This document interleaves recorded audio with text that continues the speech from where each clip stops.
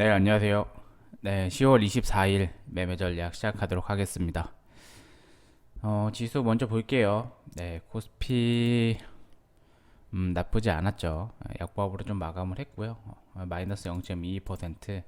코스닥은 마이너스 0.88%. 조금 더 낙폭이 큰 모습입니다. 안정적인 코스피에 비해서는 코스닥이 조금 더 낙폭이 크고요. 아직까지 근데 보시면 음, 일단 기본적인 시황 분석은 웬만한 건 다 알고 계실 거라고 생각을 해요. 기본적인 시황은 알고 계실 거라고 생각을 하고 일단 영국 총리 사임을 했고요.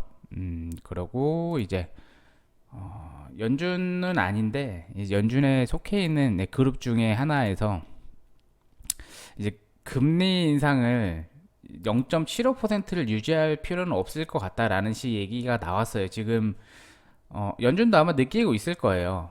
지금 경제 하락의 경제 침체의 속도가 좀 빨라지고 있다는 걸 그거를 좀 조절할 필요가 있다고 생각을 하는 것 같습니다. 물론 파월이 그렇게 생각을 하는 건 아니지만 어느 정도 그래도 이제 주변에서 얘기가 나오게 되면 연준에서도 뭐 파월이 결정을 하니까요. 파월이 조금 그래도 비둘기적인 발언을 좀 할 수 있지 않을까 좀 생각이 되는 구간이에요. 이거는 예상이고요. 그렇기 때문에 지금 미국이 급등을 했죠. 반등 나와야 될 자리에서 급등을 좀 해줬고요. 어, 나스닥은 좀 따라가는 모습입니다. 다우가 자리를 먼저 잡으면 나스닥도 같이 갈 거라고 좀 보고 있고요. 물론 미국 같은 경우에는 한국이랑 좀 다르게 실적이 좋으면 주가가 계속 올라가거든요. 실적 시즌이라 실적을 좀 중점적으로 좀 봐야 될 것 같고요. 아직까지 근데 한국도 금리 인상 속도가 지금 엄청 높잖아요, 금리가. 근데 한 번 더 인상을 할 건데 이거를 좀 조절을 할지를 좀 봐야 될 것 같아요. 조금 더 0.75%를 올리느냐 아니면은 기존에 예상을 했던 대로 0.5로 가느냐.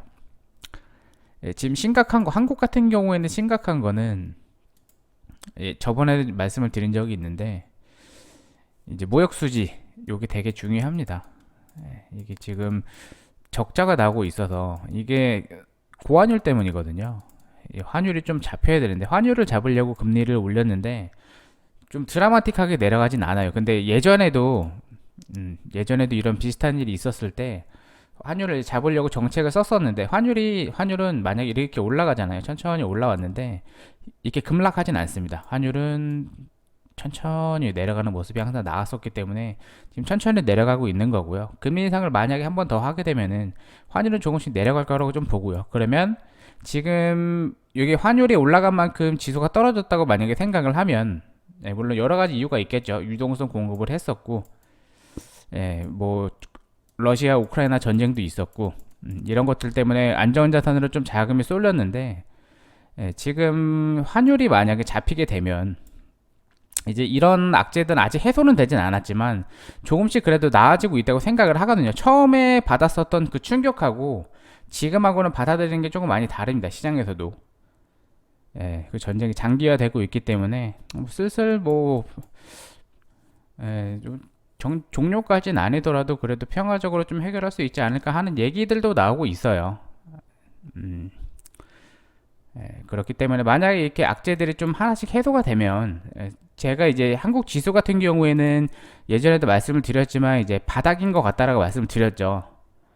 바닥인 더 이상 내려가진 않을 것 같다. 그렇게 좀 말씀드렸는데 글쎄요. 이건 대외적인 요즘 정치적인 것도 좀 그러고 좀 리스크들이 좀 많이 나오고 있어요. 미국이 이제 고금리 정책을 좀 유지하면서 일본이든 중국이든 유럽이든 하나씩 이제 악재들이 다 같이 발생을 하고 있는데 한국도 방금 전에 말씀드린 대로 경상수지 쪽에 문제를 좀 가지고 있다고 생각을 합니다.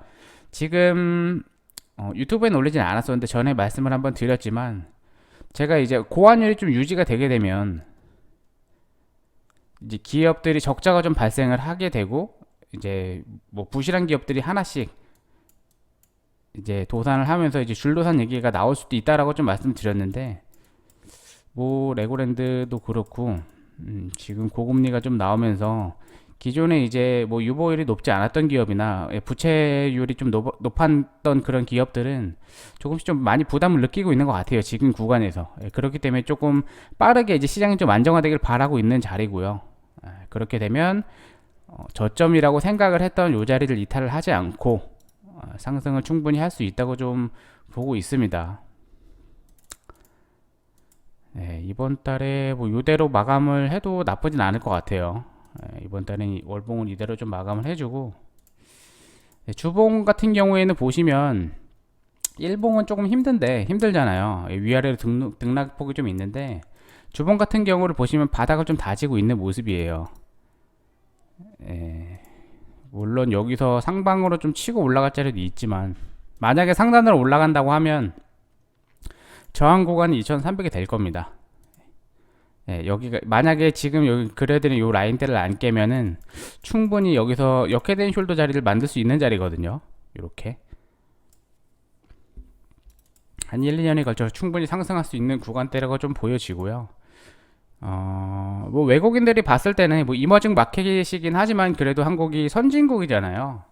국가 자체는 선진국이기 때문에 충분히 매력적인 투자처가 될 수 있다고 좀 생각이 됩니다. 지금 구간에서는 세계적인 기업들 많이 있지만 시총이 그에 비해서 좀 높지 않다고 판단이 되거든요.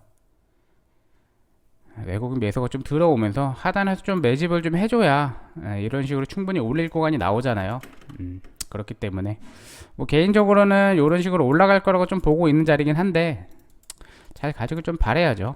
좀 시간을 두고 좀 기다려 보도록 하겠습니다. 네, 시황 유튜브에 올릴 거는 이 정도로 시황을 보고요. 저희 종목 좀 보도록 하겠습니다.